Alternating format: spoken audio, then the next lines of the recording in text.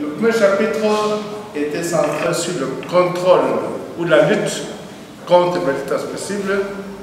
Le troisième était un chapitre pratique. Nous serons en téléconférence. Chaque apprenant pourra présenter la pathologie qu'il a pu avoir au début du secours et nous tous on pourra interagir ensemble.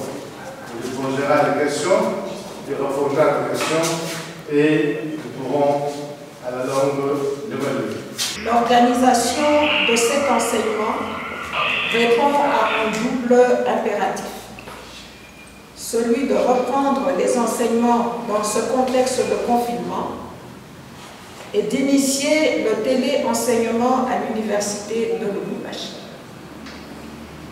Nous testons donc ce jour un nouvel outil et une nouvelle plateforme qui exige des enseignants à enseigner autrement et des étudiants à apprendre autrement. Ce germe est très envahissant. Comparez-le à Clostridium tetani pour rendre compte que ce germe, j'entends parler à Clostridium tetani, n'est pas très envahissant.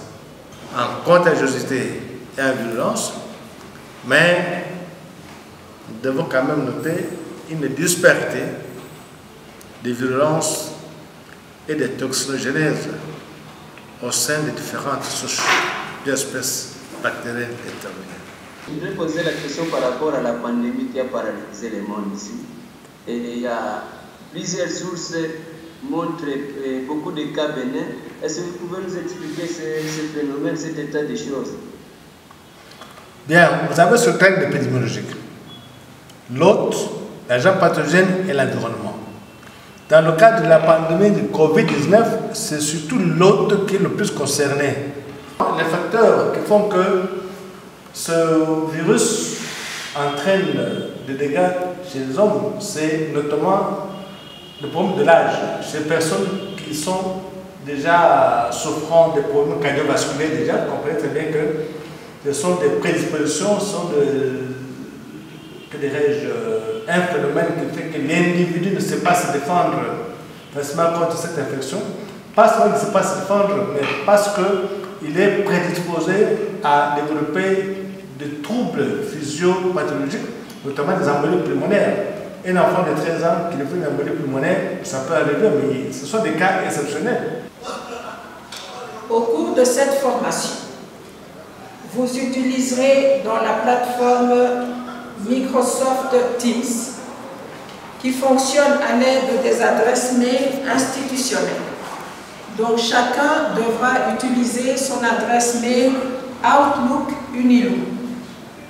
Il s'agit d'une plateforme interactive qui permet d'échanger avec les étudiants, de poster les cours sur la plateforme pour les enseignants, de poster des vidéos, de procéder à des évaluations, interrogations ou examens, de vérifier la participation au cours, de répondre aux préoccupations des apprenants. Aussi Eva voulait poser une question. Eva, tu reviens, tu me poses la question. J'ai des préoccupations. Oui. La première, c'est par rapport à la question de Papi Moukalai. Oui. Je pense que sa question est trop pertinente, mais apparemment, dans la réponse, l'élément de réponse, on n'est pas tout à fait satisfait. Parce qu'il dit les taux de pathogenicité, à quel taux, à quel chiffre nous pouvons voir que cet élément ou cet agent pathogène est capable de provoquer des situations morbides. On avait peut-être besoin d'un chiffre pour savoir à quel taux nous pouvons dire que cet agent est pathogène ou il provoque des troubles morbides. Voilà, c'est la préoccupation. Avant que je revienne exactement, on sait que tu as dit à propos de la violence. D'abord, la violence, je peux dire ceci. Je ne dis pas que c'est par elle qu'on mesure la létalité, c'est par elle qu'on identifie telle infection comme étant sévère. Nous allons tous, équipe de la direction, enseignants et apprenants, travailler en étant suffisamment concentrés pour réussir cette expérience.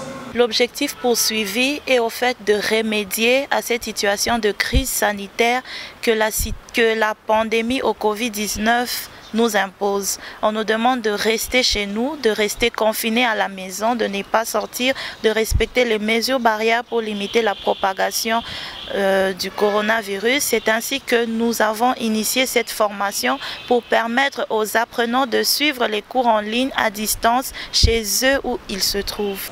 J'espère que cette formation en ligne permettra de consolider nos connaissances sur le téléenseignement grâce aux outils que nous aurons acquis et l'aide que nous recevons du service informatique de l'Université de Lubumbashi. Les leçons que nous en tirerons devraient nous être utiles dans notre travail au quotidien et je souhaite que nous puissions les adapter immédiatement dans l'exercice de nos fonctions.